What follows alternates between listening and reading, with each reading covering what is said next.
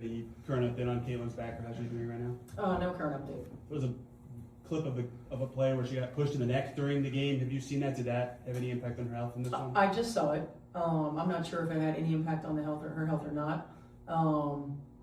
But it was egregious. The fact that it was a no call. I heard about it at halftime. I brought it to the attention of the officials at halftime. Yet we still had 11 fouls in the fourth quarter to their 2. They still shot 24 free throws in the second half. I just, number one, you got to call it. It's absolutely egregious and utterly disrespectful. And then number 2, you're coming in here aware of what happened 2 nights ago, and that shit still happens? Absolutely unacceptable. Absolutely unacceptable. And the reckless closeout that they actually reviewed, and the foot still comes down on top of the defender's foot that wasn't upgraded? Absolutely disrespectful. We have a generational talent and a WNBA superstar who had 2 cheap shots right there that weren't called. And I just say again, absolutely unacceptable. Steph, do you think that the league needs to look into how Caitlin Clark is defended or how she's officiated going forward? I mean, we spent all offseason looking at officiating. Welcome everybody to the Sports Culture, all things sports. It's Jay Banfo, and we got to talk about the Phoenix Mercury and Indiana Fever. But before we get into that, like, comment, share, subscribe, and thanks for your support. So the Mercury defeated the Fever last night, 111-109. But so much happened in that game that I can't even focus on who won or who lost. First, let's discuss Caitlin Clark and her so-called back injury. So she left the game and didn't return in the third quarter due to that injury. But many people in the WNBA community feel like the back injury was just an excuse not to finish the game. Now, I don't want to accuse Caitlin Clark of quitting on her team because of the issues she and head coach Stephanie White has, but if you look at the breakdown, something was off about how she exited the game in the third quarter. Now, I'm going to play this entire timeout sequence in its entirety, and you judge for yourself what you think may have happened. They're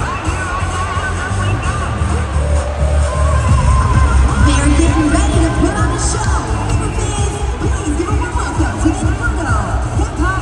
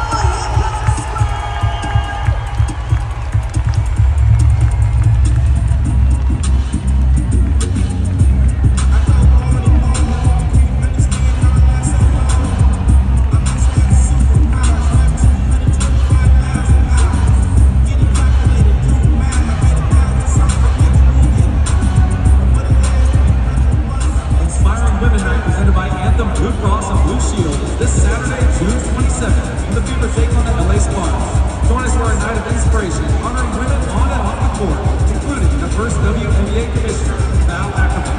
He can take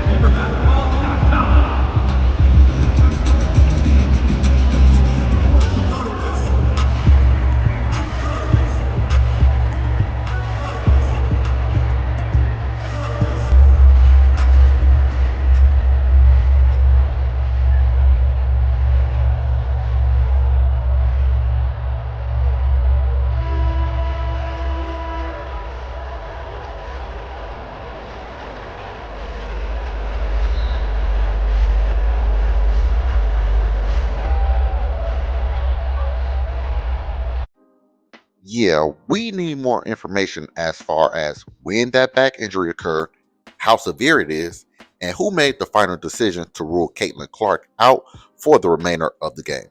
Because to me, it looked like Caitlin was benched by the coach, and she was so angry that she left the bench to go back to the locker room and say her back was hurting.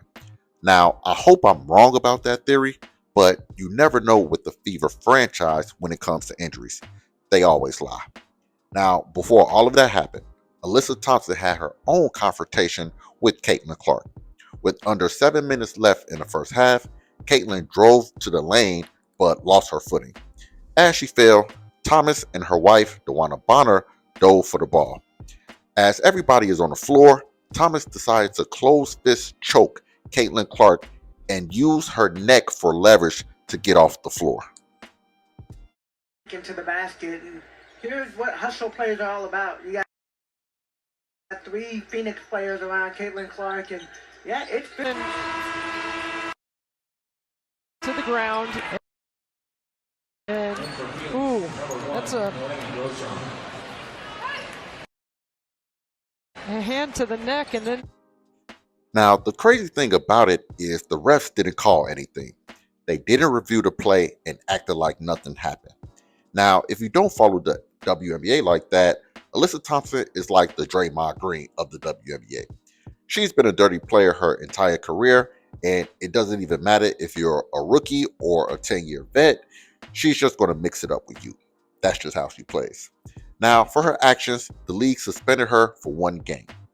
The WNBA stated, upon post-game review, the Phoenix Mercury Alyssa Thomas has received a flagrant 2 penalty and a 1-game suspension for recklessly making contact with her fist to the throat area of Indiana Fever guard Caitlin Clark. It was announced today by the WNBA. The incident, for which Thompson was deemed to have committed a non-basketball act, occurred with 6:52 remaining in the second quarter of the Mercury's 111-109 win over the Fever last night at Gainbridge Fieldhouse. Per WNBA rule, the league office has the option, following its review of any game, to reclassify a flagrant foul or to classify as flagrant any foul not called as such during a game and may impose a fine and or suspension. Thomas will serve her suspension on June 27th when the Mercury visit the Toronto Tempo. Listen, the WNBA had no other choice but to suspend Thomas. She's a repeat offender, and since there was no action taken by the referees, the league had to step in. Also, we know how important Caitlin Clark is to the league. Now, I will say the WNBA treats her like she's not that important to the business of the league, but nevertheless, I think they understand what the public would have said if nothing happened to Alyssa Thomas. Now, one last thing, because I have to criticize Caitlin Clark in this regards. She definitely needs to get tougher. Now, I get it. It's not her personality to mix it up, but this league is full of fake bullies who don't like her and what she represents. It's been like that ever since she came to the league. This situation reminds me of Michael Jordan and what he went through versus the bad boy Detroit Pistons. They beat him up so bad during their battles that Jordan had no other choice but to get stronger and fight fire with fire. At some point, Caitlin is going to have to take the Jordan approach, because if nobody else is going to protect her, she has to protect herself. Now, with that being said, like, comment, share, subscribe, and I'll see y'all next time.